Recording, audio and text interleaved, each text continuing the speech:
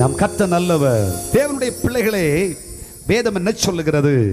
கன்மலையின் வெடிப்புகளுக்குள் நாம் இருப்போமானால் நிச்சயமாகவே எல்லாவற்றிலேயும் சம்பூர்ணராயிருப்போம். ஆவிக்குரிய உன்னதமான அனுபவங்களில் மட்டுமல்ல, இந்த பூமிக்குரிய நிலைகளிலும் கர்த்தர் நம்மையும் நம் குடும்பத்தையும் ஆசீர்வதிப்பார், மேன்மைப்படுத்துவார். தேவனுடைய பிள்ளைகளை பூமியிலே நன்மைகள் ஒரு பக்கம் பெருக பெருக அதை பார்க்கல 1000 மடங்காய் ஆவிக்குரிய உன்னத நிலைமைகளிலும் கர்த்தருடைய ஆவியானவர் நம்மை சம்பூர்ணம் உள்ளவர்களாய் மாற்றுவார். விசுவாசத்தை விட்டு விடாதிருங்கள், நம்பிக்கையில் உறுதியாயிருங்கள்.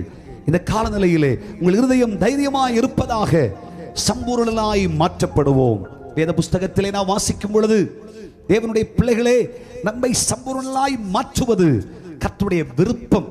இஸ்ரவேல் ஜனங்களை குறித்து நான் வேத புஸ்தகத்திலே வாசிக்கும் பொழுது ஆதியாகமம் 46ஆம் அதிகாரம் 27ஆம் வசனத்திலே 70 பேராய் புறப்பட்டு போனவர்கள் வேதம் சொல்லுகிறது. காலங்கள் உருண்டோடிற்று. இஸ்ரவேல் ஜனங்கள் வர வர வர விருத்தி அடைந்தார்கள், பெருகினார்கள், எண்ணிக்கை கடங்காதவர்களாய் மாறினார்கள், சம்பூரணர்கள். ஆமென் சொல்லுங்க பார்க்கலாம். உண்மையாகவே கர்த்தருடைய பிள்ளைகளாகிய நம்மை ஆண்டவர் தரித்திரவாசிகளாய் வைப்பதில்லை.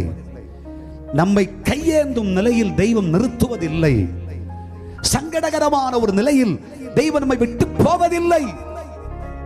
நிச்சயமாய் எல்லாவற்றிலேயும் நீ கலங்காதே, நான் உன்னோடு கூடவே இருக்கிறேன், நீ சம்பூர்ணனாய் இருப்பாய், உனக்கு ஒரு குறைவும் இல்லை என்று நடத்துகிறவர் நம்முடைய கர்த்தர். ஆகவே கர்த்தருடைய வசனத்தை கேட்கிற கர்த்தருடைய பிள்ளைகளே, கன்மலையாகிய கிறிஸ்துவுக்குள்ளே கன்மலையின் வெடிப்புகளுக்குள் வாசமாயிருங்கள், விட்டு வெளியே போகாதீங்க.